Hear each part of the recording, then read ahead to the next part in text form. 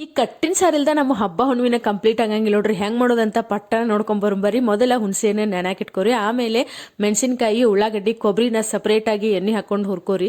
ಈಗ ಏನ್ ಪ್ಲೇಟ್ನಾಗ ತೋರ್ಸಾತಿನಲ್ಲ ಮಸಾಲೆನ, ಇವನಷ್ಟು ಹಾಕೊಂಡು ಇದಕ್ಕೂ ಒಂದು ಹನಿ ಎಣ್ಣೆ ಹಾಕೊಂಡು ಚಂದಾಗ ಹುರ್ಕೋರಿ.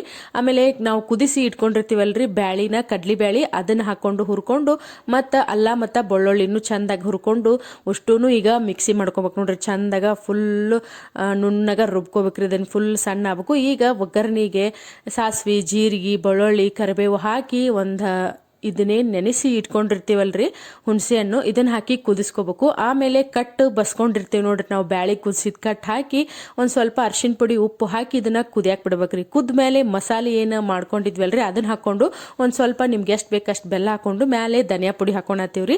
ಧನಿಯಾ ಕಾಳಿದ್ರೆ ನೀವು ಮಿಕ್ಸಿ ಒಳಗೆ ಸೇರಿಸ್ಕೊಂಡ್ಬಿಡ್ರಿ ಹುರಿದು.